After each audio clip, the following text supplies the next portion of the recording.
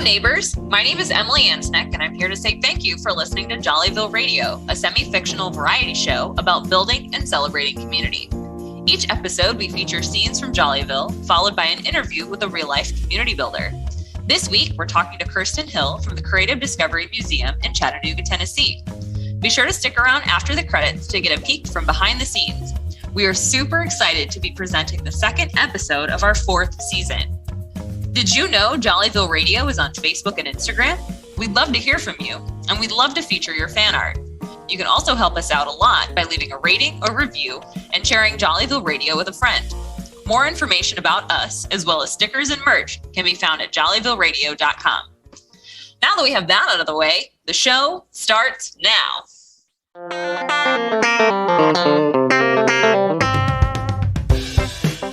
Hello, neighbors. I'm Laurie Gitterdun, and I'm delighted to be your host today for another segment of Backwoods Basics here on KJVR. If you think living a little out of the way means tire chains and all-terrain vehicles, this is the show for you. We've got timely tips, expert advice, and call-in questions about all your remote living issues. Ah, the heart of winter. This is the time of quiet solitude, reflection, and rejuvenation. The birds have finished their migration, and all the ground dwellers are safely bedded in, awaiting the arrival of spring. There's no better time to test and repair your potato cannon, with no worries about disturbing our beloved woodland critters. If you're lucky enough to have access to a frozen lake, it's a lot easier to spot your impacts than when you're firing into water. And even better, if you can get out after a fresh blanket of snow, your spud craters will stand out like a sore thumb. But please remember that colder temperatures make everything more brittle, including the chamber of your spud gun. So as you're testing, use a little less air, propane, or hairspray than you do in the warmer seasons. Medical help takes even longer to arrive on winter roads, and shrapnel injuries are no laughing matter. I can tell you from personal experience that they can be literally a real pain in the butt at those TSA checkpoints. Thanks for listening to Backwoods Basics today. I hope you'll tune in another time right here on KJVR.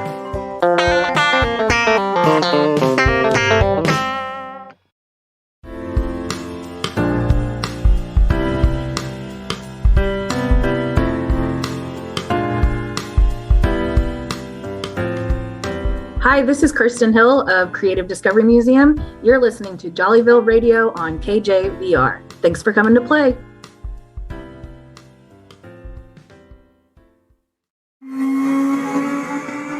Stop! Stop?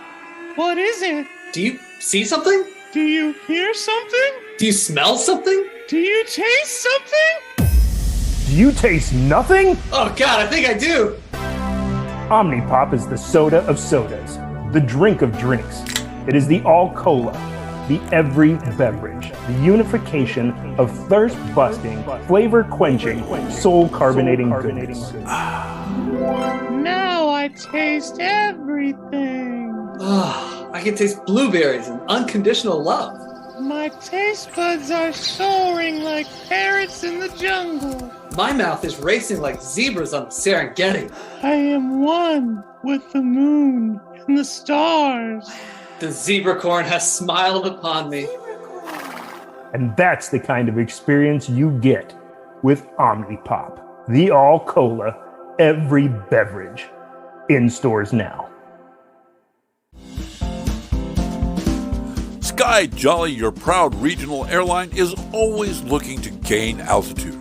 We've heard you, and we're happy to announce that we're getting rid of the tray table use fee.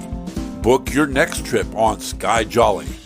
Unlike our competitors, we've only been fined for safety violations twice.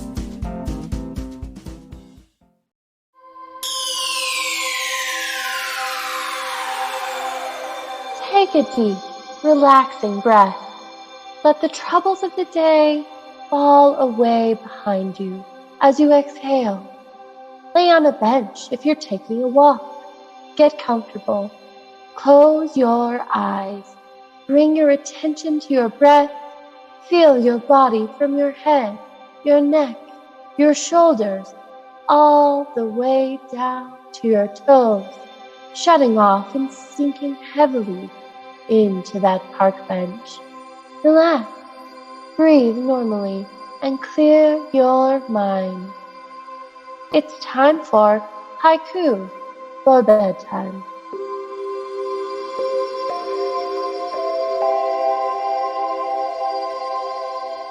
Exhausted skier.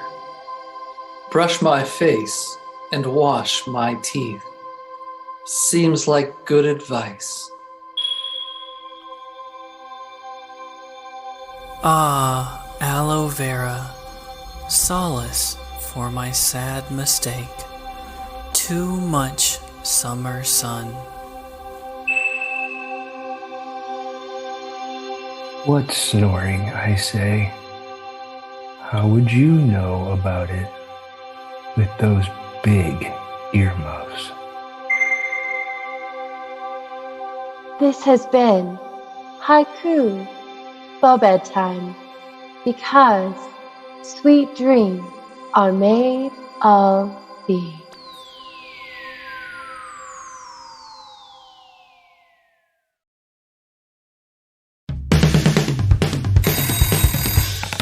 This is the Jollyville party line. How can I connect your call? Hey, Tammy Sue, this is Tammy Jean. I need to call a meeting of the Council of Tammys right away. I need to discuss the engagement of my daughter, Dory Beth, to some unknown and strange man soon. Of course, right away. Tammy Lynn, president accounted for. Tammy Pearl here, present and accounted for. Tammy with an I. Y'all know I'm present. And I'm Timmy. Who? Huh? For what reason has the Council of Tammys been assembled? Tammy Jean here, and here is the lowdown. Dora Beth, my daughter, has gone and run off with some unknown young man and got engaged. Oh no! And you ain't even met the boy yet? That's right. And she got a ring and everything. I know nothing about him except his name is L. Tyler Austin. His family must be from around these parts somewhere. I love a man with two first names. Depending on what the L stands for, he might even have 3 first names. Who are you? Yeah, who is he? Well, maybe L stands for Larry or Lonnie. Maybe L stands for Lefty or Lucky. Or does L stand for Lucifer? This does seem awful sudden, Tammy Jean. What kind of business is he in? She says he is in the import-export business. He seems to work odd hours. He goes out of town on short notice. She says he deals with a lot of people. Maybe he's a trucker. Maybe he's into oil and gas. Oh, good Lord. Maybe he's a coyote.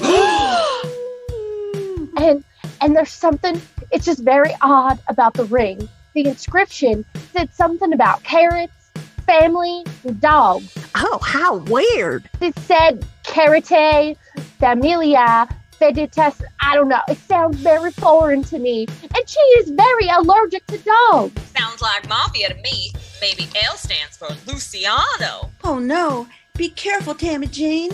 I hear all kinds of stories of young women being taken, maybe even overseas to Canada, or even worse, maybe he's a Yankee. No. Mafia types like their women to be good cooks, and no offense, Tammy Jean, but everyone in Jollyville knows that Dory Beth, bless her heart, can't cook to save her soul. Oh, don't I know it? Lord knows I have tried. But here's the thing. I can't tell you how many times she has told me how she overcooked the meal and he called it blackened just the way he likes it. Really? Really? Really. Aw, now ain't that just so sweet? Well, in that case, I say this discussion is over. Tammy Lynn, please call a vote of the Council of Tammys. Order on the party line. Order on the party line. Do we have a motion to approve the acceptance of L. Tyler Austin as fiance to Dora Beth? I, Tammy with an I, do so by hereforth motion. Do we have a second? Timmy does by henceforth also 2 seconds the motion. Do we have a Tammy who seconds the motion? Tammy Pearl seconds. All those in favor say aye. Aye. I abstain. As there are no oppositions, as chairman of the Council of Tammys, I hereby officially approve this betrothal of marriage. Yay! My goodness, I am so glad that you all approve. I don't know what I would have done otherwise. Tammy Lynn, please bring this meeting to a close. This meeting of the Council of Tammys is now adjourned. All Tammys will commence minding their own business. Well, all right, y'all. I'll see y'all soon. Bye now. Thanks, y'all. Toodaloo! And when can we vote on me joining the council? Well, Timmy, it was nice talking to you. Thank goodness, that was close. Bless his heart. All right. Bye-bye now, y'all. Me too. Bye-bye. Bye-bye.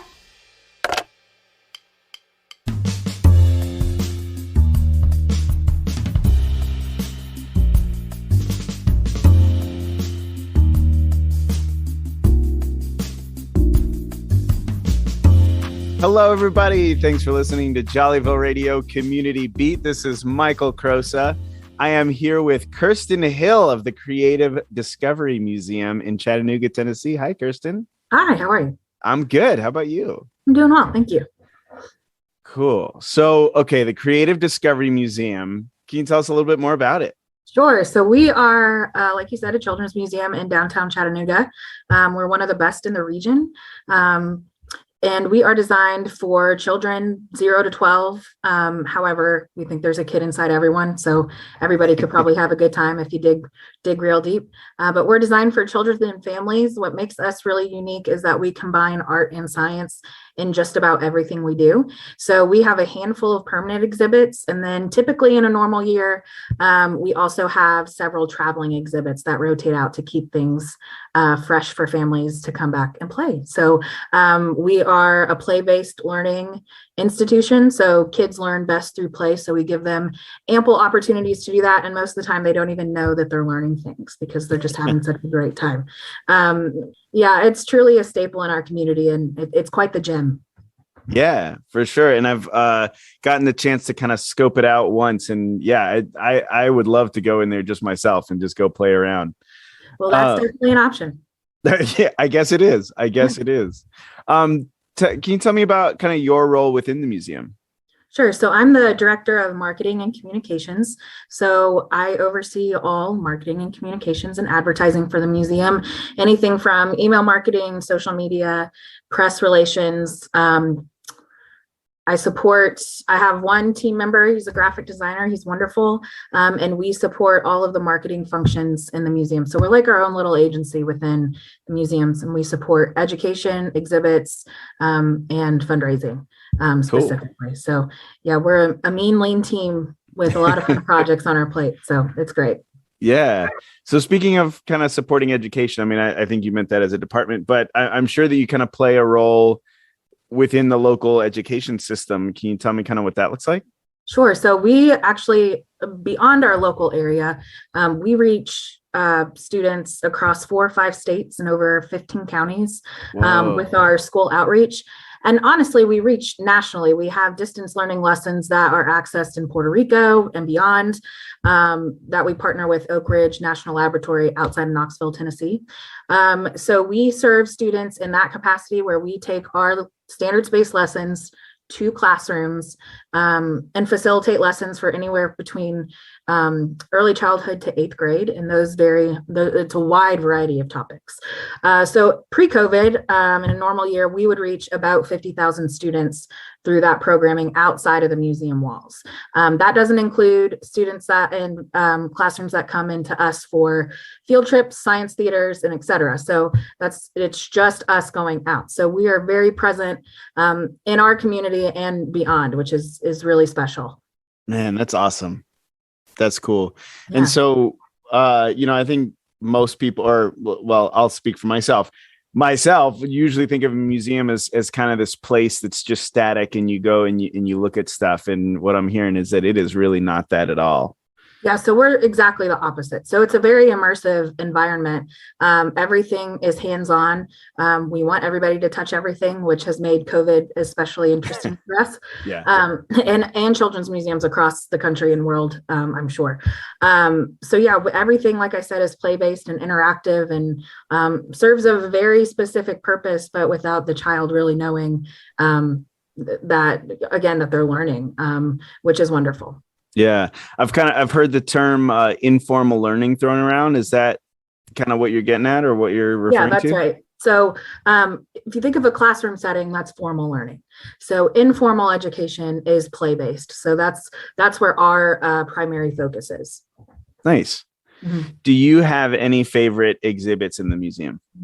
Well, it's interesting because they're all about to be renovated. Okay. So we are almost finished with our capital campaign. It's the first ever that we've done.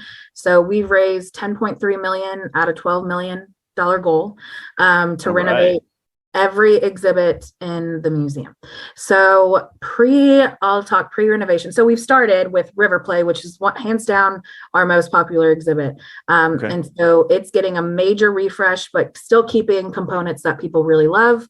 And it's going to be called Tennessee River Play. Will open spring 2022. So pre-renovation, favorite exhibit. That's a great question. I really love Little Yellow House. It's our exhibit for early childhood, so under 4. I think why I love it is I've been lucky enough to bring my daughter to the museum with me since she was 8 weeks old. Wow. And so especially when we were closed and meetings were virtual, I could take them in that exhibit and she could play while I was taking meetings. And we did that for quite some time. It's just at that age, it's really magical to watch them just pick up on things and learn and interact with other little kids, especially COVID babies who didn't really get a whole lot of opportunity to do that when they were little. Yeah. So I really do love our Little Yellow House exhibit, and it will become Little Farmhouse and be about 2.5 times bigger than it is now. Oh, that's awesome. Yeah. So I'm really, really looking forward to that opening. Cool. Yeah. And I'll throw in there too. You mentioned the river, was it River Play or River Park? River Play. River Play. Yeah. So Chattanooga, for anyone who's not from here, is like settled along a river and plays a really central part of the town's identity. And you guys are just blocks from the river, right? Yeah, we're pretty close to riverfront. So we're about 2 blocks away from the Tennessee Aquarium, which sits on the riverfront. So we're very, very close. That's cool. I love that idea of like being ingrained in the community and really kind of showing the town and the features of the town. So yeah, it's a really nice connection. And because they can come play inside, and then, we always encourage outdoor play too, because that's equally as important for children. Yeah.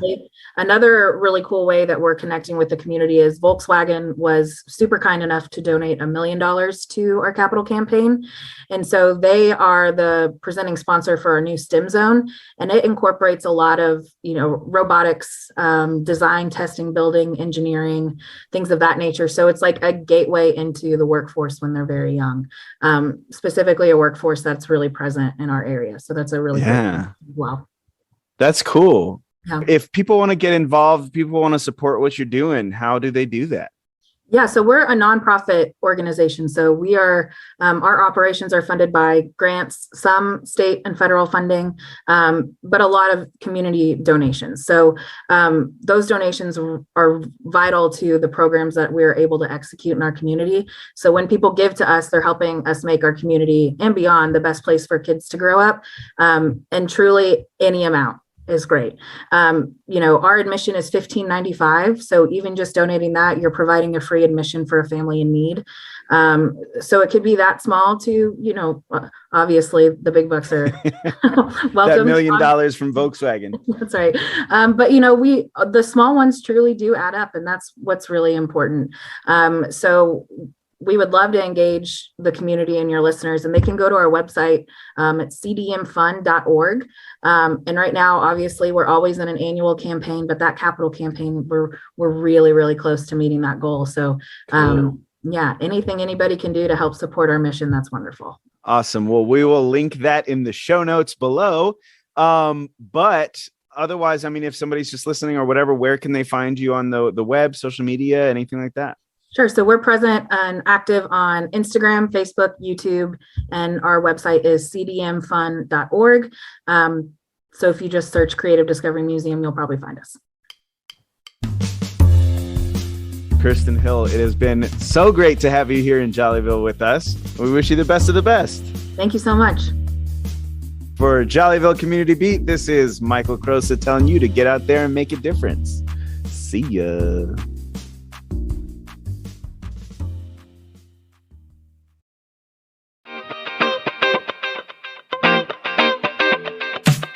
The cast and crew of episodes 401 and 402 include Uncle Asar Al-Kebalan, Emily Ancinec, Michelle Darcy, Michael Crosa, Jamie Davis, Norman Davis, Richard Dairy, Brian Green, Liz Hagler, Nick Hoekstra, JB Skurlock, Michael Stanley, Matt Waite, and KY Stenti. Jollyville Radio is a member of the Pizza Rice Podcasting Collaborative. This recording was made in accordance with social distancing and produced in Chattanooga, Tennessee. Direction and music by Michael Crosa with social media help from Liz Hagler. Our talented editors are Jamie Davis, Richard Dayries, and Dr. Monse Santillan. If you'd like to support Jollyville Radio, please leave us a rating, a review, or tell a friend. Follow us on Facebook and Instagram at Jollyville Radio on both. Be sure to tag us so that we can share your pictures and fan art. You can buy stickers and merch at jollyvilleradio.com. You can also become a patron with a monthly pledge at patreon.com/jollyvilleradio. The credits were read by the writers of episodes 401 and 402. Uncle Asar Al-Kebalan, Emily Ancinec, Michael Crosa, Jamie Davis, Norman Davis, Brian Green, Liz Rader Hagler, and KY Stenti. We'll see you next time on Jollyville Radio.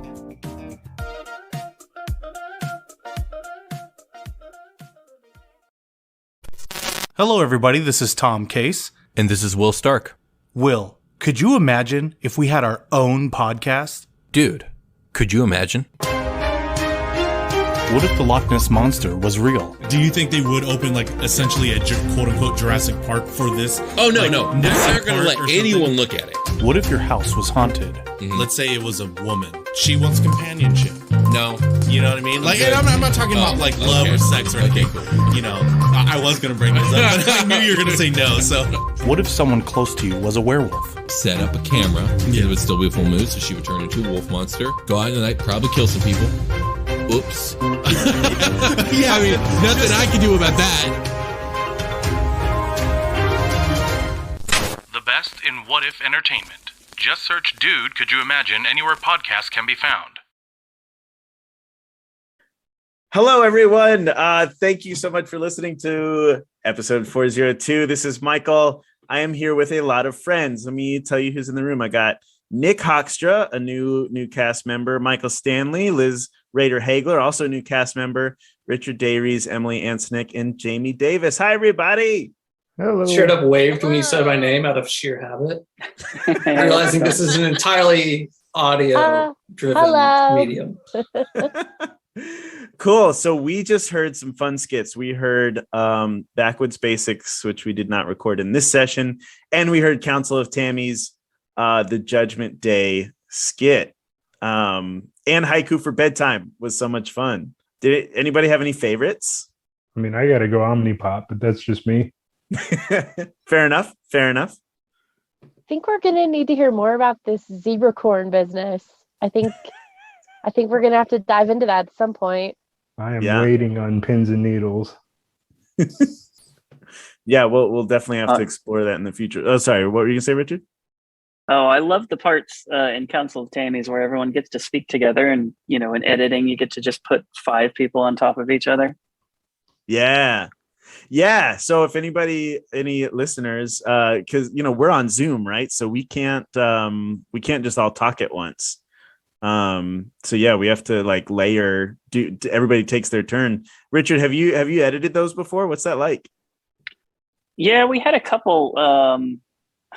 It was a few, I guess, seasons ago. There was a skit where like an airplane flew over and there were a bunch of people talking. And so at one point, I think there were like, I think we recorded 3 people, but we needed like a whole crowd. So I think made it 15 different voices at once and just kind of put them at different start times. So it just sounded like a whole group of people. And it's really interesting seeing the projects before you export them. Sometimes they're pretty gnarly. I think gnarly's a fun word for it. I think too, like with our recording, sometimes the timing and the lack of sound effects. Wait, let me say it in the reverse. Music and sound effects make it so much different, right? Yeah.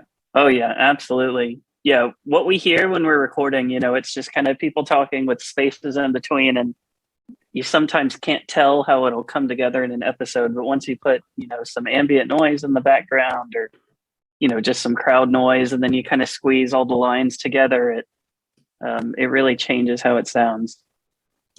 Yeah. Nick, this is your first time like meeting the group and being a part of the group. Did you have any thoughts or reflections on how it sounded different during recording? I'm sorry, I'm putting you on the spot. No, you're good. I mean, it was absolutely nothing like what I hear when I bomb through all the episodes in a month. I can't wait to see how it comes out. I know it's a huge task to edit everything together, but I know it's going to come out great. That proposal reminded me of my proposal to my wife, 2 years ago, and it had me. I was on mute, thank goodness, because I was tearing up. I was laughing so hard at parts of it. So, what happened? Tell us more. Yeah. Oh man. So we met in Waco, Texas, and she was getting her master's. I was working food service with a school district there, and we met because of our two dogs at the dog. I got a puppy, and a week later I met her at the dog park. And so I told her I wouldn't propose until after she graduated, and she kept bugging me, I want to, propose, we're ready. We've talked, we're ready. And I said, not till you graduate. So the night before she graduated, I set up a fun date night going out to a putt-putt bar, which I didn't know was a thing. And had all her friends in to make sure she had her makeup done and her nails done, because she told me she had to have all that done before. And it was a huge process. And we ended up going to our favorite wine bar, and I had met the owner and got to know her. And we're sitting at a wine bar playing jazz music, and all of a sudden our country song comes on, and everybody's just like, wait, what? Like, why are they playing country in here? And she's talking about her day, and I'm like, okay, hang on, give me a second. So I got down and proposed, and she turned around. And of course, the owner was sitting there on Facebook Live screaming it. And she turned around, and all of our family from across all of Texas was standing right behind her. They were hiding in a back room. She was doing good until she turned around, and then she lost it. And then we went over to our favorite pizza place where her best friend and boyfriend, and then Richard and her his now fiance showed up, and just, it was a night of surprises. But the whole time she's sitting there talking and texting with her sister who's in the back room, and she thinks her sister's halfway across the state. And I'm just sitting there going like, okay. And I texted her sister saying, stop texting, let me do my thing. Oh man, that's a cool story. Thank you for sharing. Yeah. Yeah. Wow. Thanks everyone for listening to 402. I hope that you enjoy the next episode, which we haven't, as of recording this, we haven't written at all yet. Everyone have a great night. Bye. Bye. Bye. See y'all later.